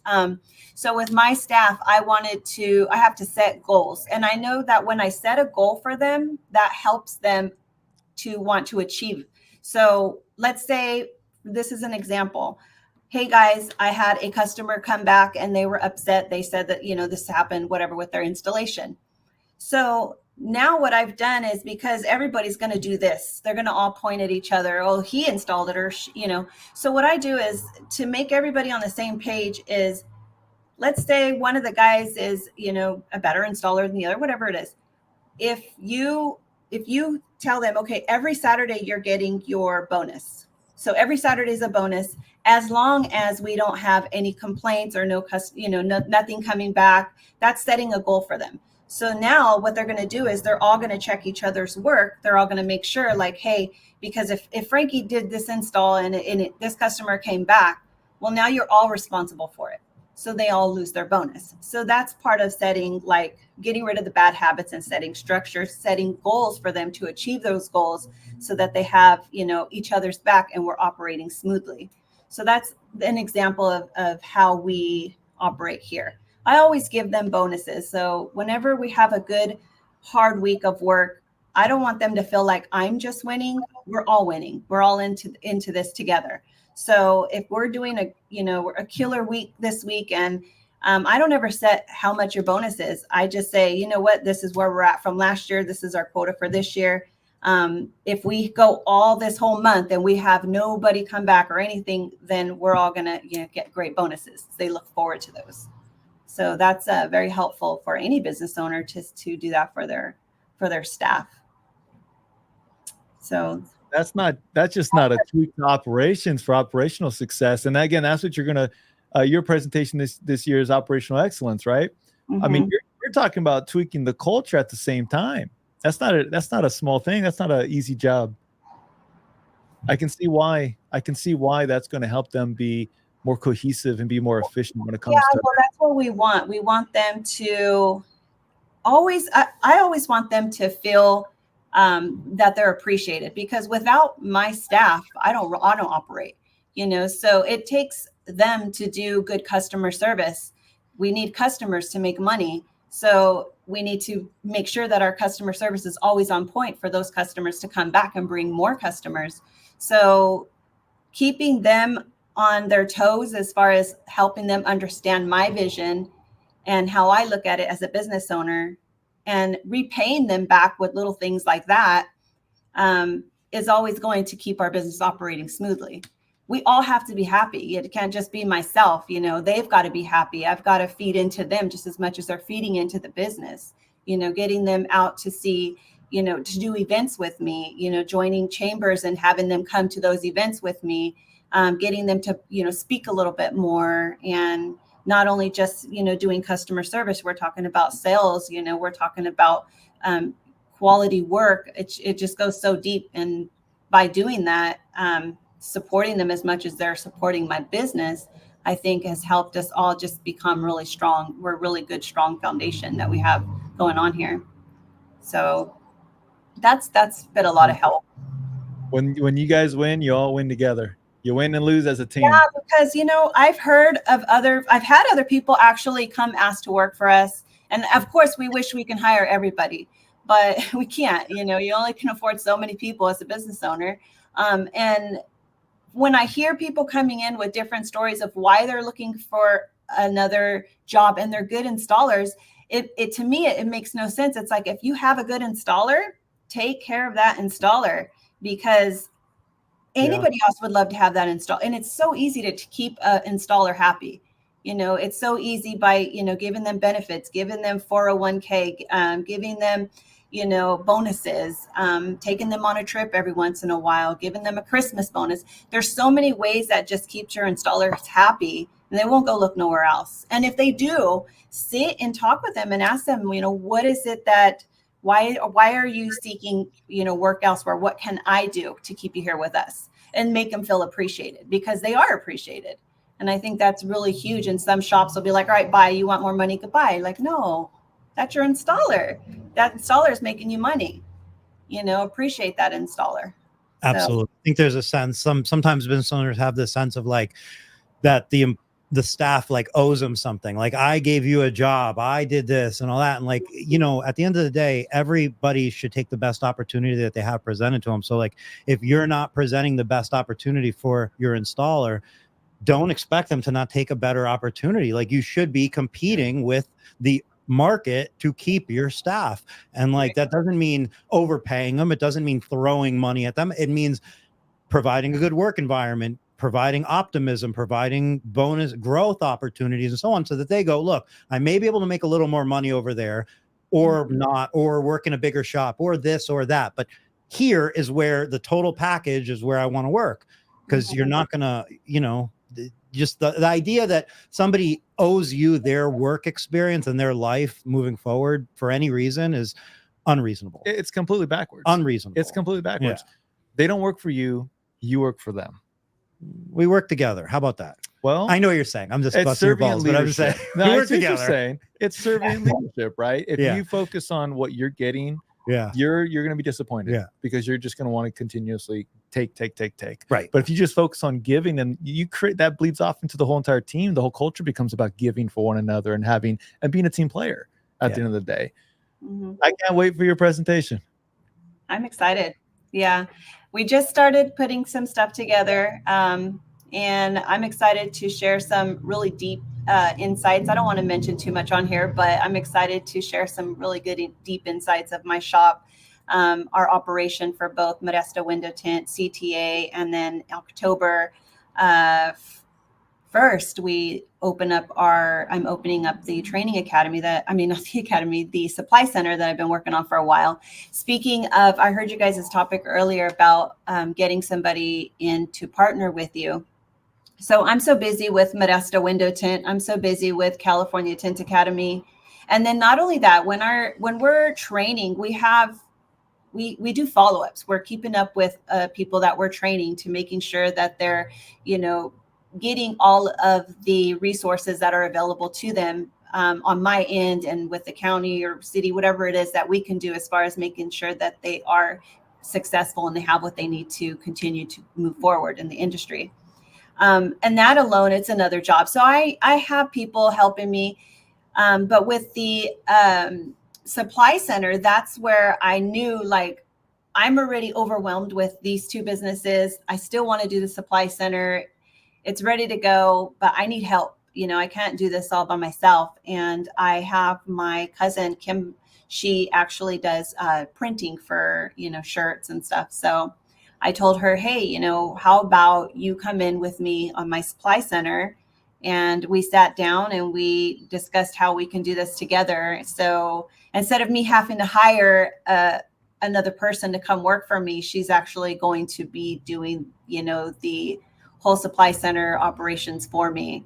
And so that took a big load off of my shoulder. So that'll be launching here in October. And I have a ton of help from her already. I'm branding a lot of my own tools and, you know, and some film. And so there's a lot coming out from that end of it as well. But I'm not the one that has to put in all the work for that. She's actually, you know, taking it all off of me. And so, but it, you know, we're making it happen. So, and then of hopes to have another tent shop here soon in Bay Area. Oh, wow. You're not slowing down. You're not slowing down. Sounds like you're just getting started. The title of her presentation is Operation Excellence Strategies for Scale. So obviously very appropriately picked. Boom. There it is. Well, Roberta, I think that's all the questions we have time for. We're a little bit behind on time, but I can't wait. I think you left a lot of good cliffhangers here, which is a good thing. Well, it's a good thing. If you haven't went to autofilmastery.com yet, go check it out. Take a look. There's still some VIP tickets left too. We still have some VIP tickets. So Autofilm Mastery is October 5th and 6th. And then if you want to get a sneak peek of Roberta, you could do so in Orlando, September 19th through the 21st. Yeah. Yeah. Sneak peek. Is that fair? Go meet you, talk to you. Yeah, ahead of Autofilm Growth Conference. Mm-hmm. Yeah, I'll be right there at the SoloGuard booth. We'll be doing some hands-on demos and just hanging out and talking with other individuals in the industry and soaking up some more informative information. Of course, that's what I like to go for, just to keep learning and bringing it back to my shop and utilizing it, you know, placing it where it needs to be. So look forward to seeing you guys there and anybody else that goes, stop by and say hi. Looking forward to it. Okay, guys. We'll talk soon. We'll see you soon. All right. Thanks, Roberta. Okay. Bye, you guys. Bye-bye. All right. So last but certainly not least, I'm not going to say the name this time. No. I won't say the name this time. Cliffhanger. Is he in the waiting room here? Nope. We would see him right there. There'd be a second square. Let's see here. So we got a little bit of time then. I can talk about the... you edit this part out. I'll leave it in. I'm going to use the bathroom really quick. You're going to leave it in? I'm going to leave this part in. I was just going to leave the bombshell. Do it. I'll do... I'll come back. And then you'll come back? All right. So now what do I call it? Is it still the Tint Wizdom podcast at this point? It's still the same podcast. Okay. It's still the same podcast. All right. So I'm rolling solo here. I feel like I just was handed a lot of authority right now. I feel like there's a lot of power in this seat. I might even just go and sit down right there. But we have our next guest that's going to be coming on, guys. And this is another person that attended our first conference. So I'm really excited to pick his brain a little bit. I'm going to pull up his questions here. All right. Now that I got that pulled up, is he in the waiting room? Oh, he's coming right here. Here we go. Let me get him the link. And then I'm going to tell you guys who our keynote speaker is going to be on day 2. Everyone's going to really love this one. He's going to wrap up the conference on day 2. Here it is. Here's this link. And we got that fired away. Okay, I'll apologize to him for not sending him the link earlier. Or maybe he'll just have to watch this back and see that. So I'm going to tell everybody who our main keynote speaker is going to be. on the second day of the conference. So as you guys know, we now have it in Houston, and that was because we wanted to make it easier for people to show up. When it was in Las Vegas, it was fantastic. It was very exciting. You got the casinos, you got the food, you got SEMA, but it was awfully expensive. So we brought the cost down to a fraction by having it in Houston. And someone that actually spoke in Las Vegas is coming back, and it is Mr. Ryan Townsley, the former owner and founder of Protective Film Solutions. He's going to be coming back and speaking on day 2. So if you guys know who Ryan Townsley is, you don't want to miss that presentation. He's going to be one of the speakers. Yours truly is also speaking at this year's conference. We have a couple other speakers that weren't able to make this. Keith Fraley of Tint Genius is coming back. He stole the show last year. You remember Keith Fraley, right? I know Keith. He grew a window tint business to great branding too. Oh man, he's such a good. Beyond everything else, the branding part is. He's coming back. He's opening up the conference this year. Beautiful. Did you drop the bombshell? I did. Ryan Townsley. Okay, got it. I talked about it. Now, the gentleman that's kind of joined right now, is he in the waiting room? Nope, not yet. Second square down there. We'll see another square pop. I don't got my glasses on. Oh, okay. I can't see that far. That's fine. I was just trying. I wear glasses. All right, I got a bombshell for you. Oh, what you got? Nah, I don't really have a bombshell. Nothing. Well, I'm trying to think. There was someone else besides the gentleman that's going to come in. Yeah. There was some other people. Some other people I wanted to mention here, but it's okay. 3 weeks from now is WFCT. 4 weeks from now, that's right, is Auto Film Growth Conference. 2 events to attend. You're going to be at WFCT as well? I am. I'm going to be there as well. Yeah. Perfect. I almost couldn't make it, but I had to move some things around. I'll be there. Should we announce now that you'll be at the Tint Wiz booth the entire event? Let's go. I'll be at the Tint Wiz booth. I mean, I'm going to kind of float around a little bit, but I got to make a stop. I know. I always hang out at the Tint Wiz booth. I know. We're just really excited. How could you go to an event and not hang out at the Tint Wiz booth? Well, I don't understand it. Here's the thing. If you're going to the event, not just you, but anybody, you're going to want to get to the Tint Wiz booth at the opening of the doors, which is 1 p.m. And then you're going to want to maybe stop by a couple more times because the plan is to make, I think, we can impact hundreds of people at least to where they go, the stuff that I got at the Tint Wiz booth made this trip worth it alone. So that's the plan, that's the goal, and I want to see how many people we can impact. Speaking of impact, our next speaker is ready to make an impact. He might be the definition of impact. It could be his middle name, Impact. I'm excited for this one. I think this is the best person to leave off on. This is gonna be fun. I'm gonna leave the intro to you. Build suspense. Don't say who it is, but I'll build the suspense by saying this is the person with the biggest squeegee I've ever seen in my life. So I'll let you do the official intro. Well, literally, you see him at an event, you see him on a job site, you could catch him at Irwan, you could see him getting a smoothie, but you're going to know it's him because you're going to see the biggest squeegee you've ever seen, whether it's attached to the side of his vehicle, in his hand, in action. One of the most recognizable faces in the industry, without further ado. One of the most. Texas Squeegee. Carlos, get in here, brother. What's up, everybody? What's going on, Carlos? It's the Texas Squeegee, and I'm back. Where's the squeegee at? Where's the squeegee? Are you sitting on it? Eric wants the squeegee. It looks like the sofa. No, I'm just squeegee's over there getting put to work, making me some money where it belongs. There you go. I love that. It's robo squeegee. You use that thing on job sites? I've seen your story. Absolutely. Yeah, it's a legitimate squeegee. It's you're trading off because you're doing less passes, but it's a heavier squeegee, so your endurance kind of goes down, but you cover more ground, so you pick your battles that way. But it definitely works. Absolutely. Well, man, thank you so much, Tom, for jumping on here with us. And I'm really excited to see you speak on stage. You were the host of our first conference. We planned that thing. It was 2022. We planned it. I guess that was the second one, right? Because the first one was in, long story short, it was our first time where we had a stage. Let's say that. It was our first real stage conference. And you were the host of that conference. I mean, how does it feel going? How when you think back about that and you compare it to what we're planning on having now, like what comes to your mind? Oh man, like that was the first time I've done commentary, but that was the first time like that was an MC role. So I hold it near and dear to my heart. I have a huge appreciation to you and Mike Nork for allowing me to do that. But that was like putting, that was the first opportunity going into an MC role. So for whatever it was, I've since then come a long way, and there's been a lot more developments into the presentation of what I put on stage, and so I'm excited to come back this time as a speaker and just keep developing that skill set of whatever it is, public speaking, public presentation, entertainment, whatever you want to call it. Is just one more notch on the Texas Squeegee tool, and I'm happy to deliver to an audience coming up here for this next one. Well, I'm excited for it. Let's talk about your presentation topic here, because you're going to go in deep on one of your absolute strengths, content that converts, mastering social media.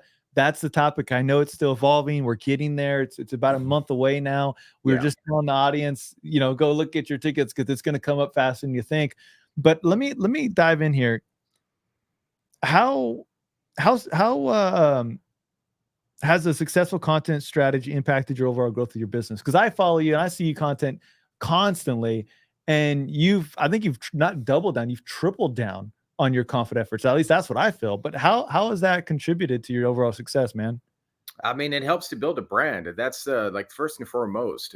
Content is just a medium in which you connect your company, yourself, to an intended audience. And so like there's a communication platform or like a distribution platform. So that's where content comes into play. And there's many ways you can dice up content. And it's not only just through advertising a certain service, but you can use content to educate. You can use content to train onboarding members. I mean, again, content is the type of tool that will prevent you from having to explain the same topic 1,000 times to 1,000 different people. You do it one time, film it, produce it, and then this one just becomes distributable, reused, recycled over and over and over. Ad campaigns. I mean, like content is king.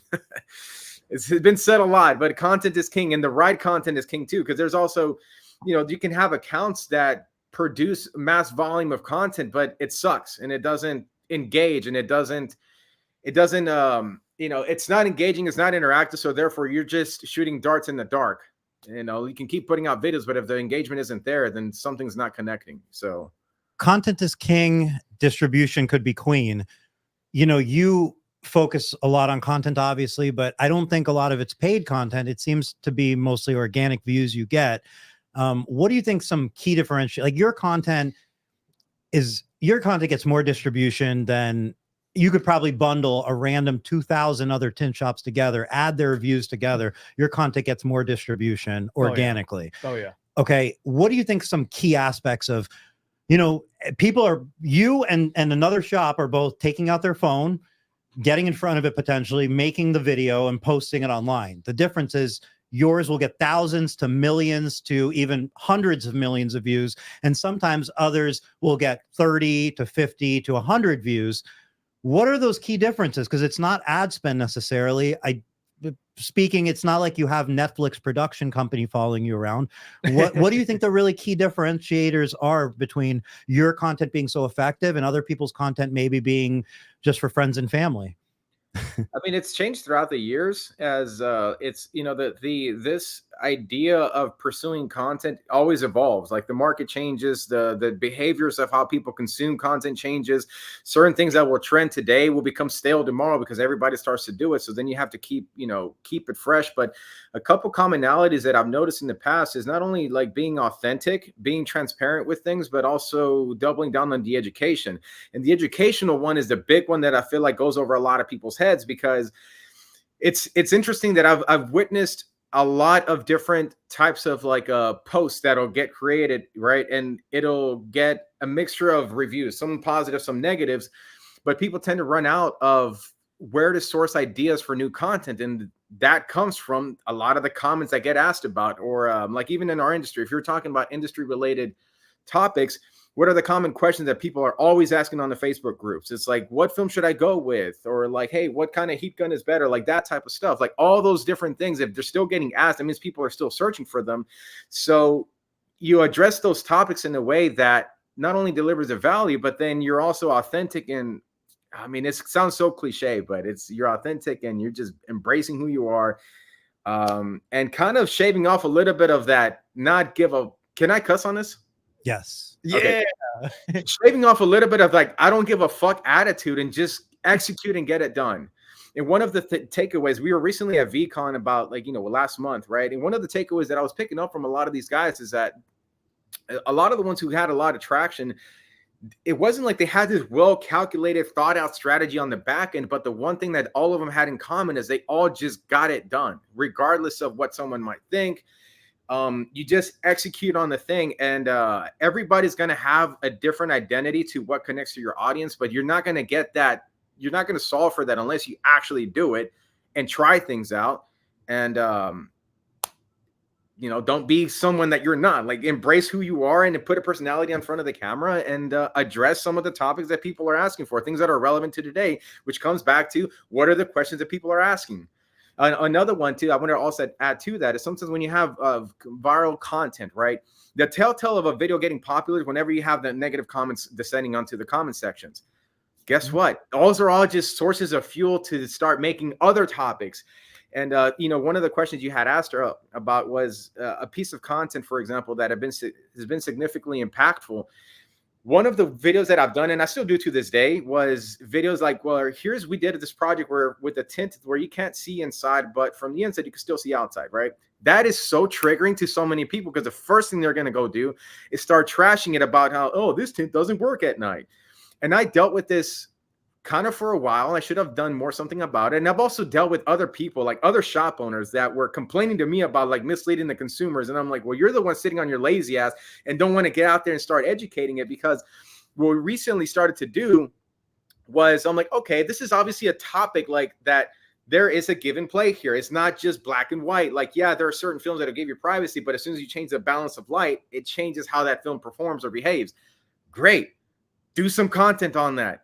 Or STFU and get what I mean? Like, so we started doing content on it. We started blog posting it and started SEOing that. So now whenever the topic comes around, guess what? As soon as those comments started coming down, I've already got my content locked and loaded, and I just reference it, boom. And then it just brings more traffic to some of the other pieces of content because I'm addressing topics and questions that people are having in the marketplace. So if that makes sense.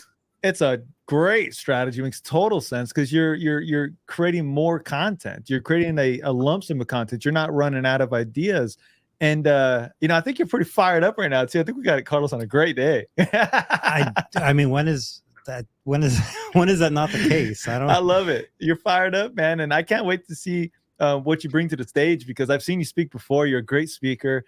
But I want to double down on that comment you made there. You were saying. That was a significant, that one-way window film. I'm assuming residential projects. That was one of the most impactful pieces of content that you've made. Did that have a big increase in revenue? What was the one piece of content that made, if you remember back years ago, it could be months ago, years ago, what was the one piece of content that made the biggest impact on your bottom line? Definitely targeting the Tesla community back in 2018. That one, and then targeting ceramic tint searches back in 2017. Because to this day, those videos still live online and they're still generating leads. And I'm spending $0 on advertisement for those. So they live on the internet for free. They rank because they were one of the earlier videos that were posted at that level that it was. And then I optimized them on the back end. So now when you search up, whether somebody, all right, I'm pulling the curtain back on a little bit on this one. People with Teslas, right? They got into Teslas because they are obviously people that are research oriented. So if you know that they're going to do the research before they make a certain purchase, like that's the purchasing behavior of that market. It made sense to me to then provide the educational content so that you, in essence, get ahead of the trend. Once they buy a vehicle, they're going to start looking for modifications on that vehicle. And one of those is going to be window tint. So when they start searching a window tint, you want to have a video optimized so that in essence, it's like the net capturing the leads, which brings awareness back to the business. And then you get the revenues off of that. Because there's also been videos that I've done that have gone viral, but don't really convert to leads. They're more like, it's something nice to look at, but it doesn't really convert to leads. It comes back to what the substance of that content is. And so with Tesla for sure, it was very calculated and it worked. Isn't it incredible that the opportunity that this exists in the market, that it's wide open for Carlos, any dealer, obviously exceptional, to go in there and create educational content and drive that business towards your business. I'm just saying, isn't that incredible that like From manufacturers don't do that, like to educate the customer? Don't like, get me started. I mean, I'm just saying, like we talk about, everybody knows, like not everybody, but like it was mentioned by an earlier speaker, like, hey, you know, it's not about bringing people in and giving them the sales pitch. You're not a used car salesman. Like it's about educating them and so on.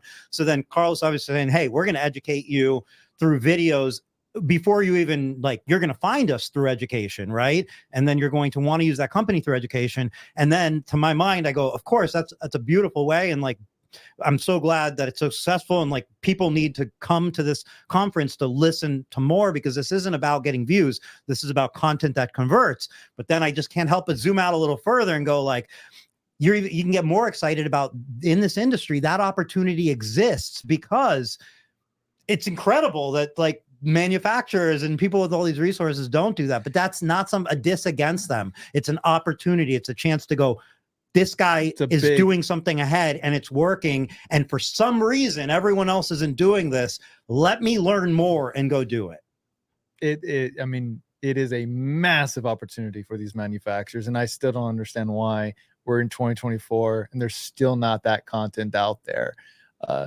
One day, if a manufacturer was, or a distributor or Reeboxer, as people like to separate them, they should, right now, you should see somebody kidnapping Carlos and take him to a yellow and black brick basement, and go start making content. Because that content from 2017, like he just said, still brings his business in 2024, meaning in 2026, when people aren't spending money in ads because they're barely surviving and the volume is so low because, you know, they can't afford to spend money in ads because the volume is barely enough to pay the rent and so on.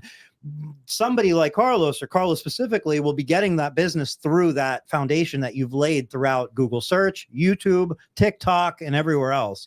You know, I was going to ask Carlos, you know, it's incredible that you said you have a piece of content from 2017, 2018 that is still producing leads for you. I was going to ask you what platform that piece of content lives on, but I think that's an amazing cliffhanger, and it allows me to say something like this, that you have to show up to the conference to figure that out. Or you can go, or you can search for it, right? Because you mentioned it was about Tesla content, right? Or ceramic content. Both of those. Let them just show up to the conference. Search for it. Show up to the conference. That's good. And ask Carlos. That's what we'll. But you'll see it in action. You probably, if you're listening, you probably come across that content before. You just didn't realize how valuable it is. Because what window tinter hasn't searched it? And if you do search it, you find it right away because it's at the top.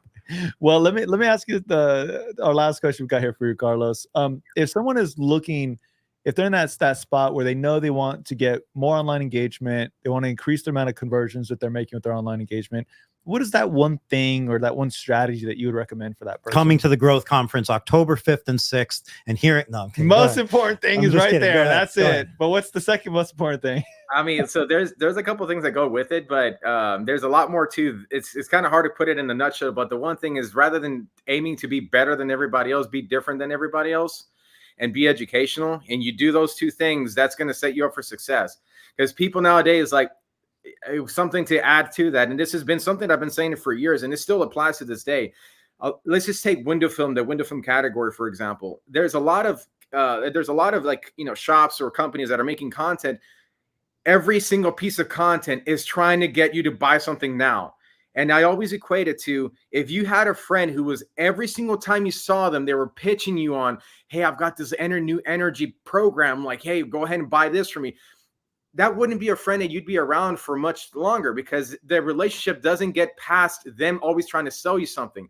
Well, when it comes to social media, when it comes to social accounts online, that's your relationship to your audience. And if you're constantly trying to close your audience every single post, that's why a lot of people don't get the engagement that they do, because that's not a very pleasant person or company to be around. It's like, you're just always searching for money out of my pocket versus, hey, here's some useful content here's some useful information that's free.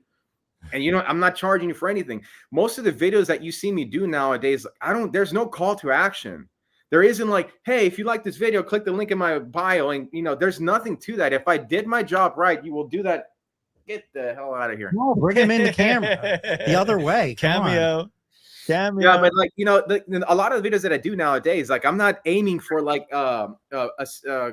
like a call to action. I'm not saying click the link in my bio. It's like, if I do my job right, you will do it anyways, without me having to tell you. It's not having a sales inspiration. It's having confidence. And all your videos are educational, also entertaining. They all have a level of entertainment in there too. Yeah, I throw in a little bit of everything. Well, you've identified your brand. You know it works. You've worked at it. You've been consistent. And, you know, as I'm listening to your answer too, it just fits so well with what Zaya was talking about, you know, not being in sales desperation, and what Mike was talking about with building a brand. So, man, I can't thank you enough for taking the time to sit down with us and answer some of these questions. Again, there's going to be a lot more than this. It's going to be 100 times more value and gold nuggets at the conference. So, and I want to point out, like, again, that, you know, your example was a video that continues to pay you off, was a video from 2017. Right. That was 7 to / almost going on 8 years ago. And what I appreciate about getting advice, because we said earlier, you want to get advice from people that, like, you want to get advice from. You don't want to just get, like, advice. Yeah. And this isn't advice from somebody who had a video go viral. This isn't advice from somebody who has just done, like, one kind of thing along the way, and just, it's kind of like where they went and so on. It's like, it's 7, 8, 9 years of experience on different platforms, and currently consistently making videos that convert. And that's a huge differentiator, because, you know, I'm sure everybody can maybe remember, like, not everybody, but you can remember, like, hey, I put an ad and it worked, or like, I made a video and I got a lot of views. That doesn't make you a thorough expert on that subject. It doesn't necessarily mean that you should be teaching. You kind of need a broader scope sometimes, and to know how much nuances there are, or whatever it is. And, you know, that's, I believe, a luxury we can get from Carlos speaking at this event. Who should show up to the growth conference, Carlos? What's that? What kind of person should show up to the growth conference? I guess from an audience perspective? Like a tinter and a PPF is the answer, right? Oh, yeah. No. You're saying somebody open to fucking learning, and right? I mean, that's the answer. I mean, like, the people that need to be at this thing are not people that are going to sit on their ass and not execute on the knowledge. The people that are going to want to be here are the ones who are hungry, who want to grow, who want to get better, who want to network with other people like-minded, showing up to this thing as well to foster a community of killers, winners, and entrepreneurs. That's who's got to be at this event. Oh, that's what I was looking for. That's the clip for sure. Can we get a proper outro? Oh, yeah, let's get an outro. Can we get a proper outro? Is your is this guitar? A Tint Wizdom? Like, okay, I see Tint Wizdom here at the top. Non-live Tint Wizdom. Is there a guitar within reach by chance? I mean, there definitely is. I'm not. Carlos got fired up, man. I love the answers. I love the energy. The energy. All right. What's the exact date here that we're having this? October 5th through the date of the Tint Wizdom, or no, the date of the actual event. October 5th and the 6th. It's in Houston, Texas, and they need to go to autofilmmastery.com to get tickets. There's still VIP tickets available. There you go. Boom. He just gave you the outro. No, we need a proper outro. Ready? Yeah. All right. October the 5th through the 6th, Autofilm Mastery. I will be there. Ray Padilla, Eric Devash, amongst other elite members in our industry. This is Carlos, the Texas Squeegee, signing out. We'll see you guys on the next one. Squeegee that. Boom. Damn it, you didn't do the thing. Oh, shit. I'm sorry. Oh, we talked about this before the. I got pumped up. You gotta do it like, see, here's the trick. You gotta do like you're reaching through the screen and grabbing somebody. Here, I got one camera here. I don't know if that'll work. Thank you, Carlos. Thank you, Carlos. We'll see you, brother. Awesome. Well, that brings us to the conclusion. It brings us to the end here. That's a wrap. I really appreciate how in tune all the speakers are. I mean, I'm talking with the speakers. I'm pretty sure they're not talking with each other, at least yet, right? On a weekly or daily basis. And it just seems that when someone's a top performer, when they continue to grow and they're dialed in, they're scaling up their business. A lot of the top performers have those similar ideas, those similar formulas, and it's just about getting around those people. So I'm excited. I'm glad that, you know, we came up with this idea. Thank you for helping coordinate all this and put this all together. This is great. putting the Yeah. event together and coming out here, because truly, you know, like I'm emphasizing this is the fourth one, because this isn't a whim. This isn't a new idea. And this is something that you've invested money and time into, you and your entire team, 4 years in a row. It's not going to be the last year. And you can tell by hearing the speakers today, like you said, this has been fine tuned. It just has been, whether it just be because of the experience you have and the great speakers experience, but it's fine tuned. We're not, you know, it's not about hearing hypothetical stories. It's about hearing very specific stories and strengths that apply to, you know, these individual dealers that can be applied by the audience. So I mean, you know, I believe so much into an event like this, the impact it has on our industry. And just like we were talking about with content with Carlos, all this stuff becomes content and it lives on forever in one form or another. And that's tremendously valuable. So thank you and your team for putting it on. I know it's not easy. I meant to ask you even before this, why do you do it? But I know why you do it. It's a passion. I get it, but you know what I'm saying. I know it's not the easiest probably thing you do in your business, but I do think it has a tremendous impact. So thank you. Well, I know I can speak. I appreciate you, man. That means a lot to me. And, you know, it's about having a great team. And I'm proud to say we have an awesome team. We have a very passionate team. And, you know, it's just that we practice what we preach. I got mentors. Aladdin, Mike Norn has mentors, the Auto Mastery team. We're constantly trying to strive to get better. And the only way you do that is to get into a bigger room or get in front of someone who's already been there, done that, or who's trying to figure it out right next to you. So it's we get as much value from this as everybody else does. So it's not going to stop. Yeah. Hey, look, what you're saying, you get as much value. I think everybody there, from the vendors to the attendees to the speakers, everybody, when you're in that room, you leave with value.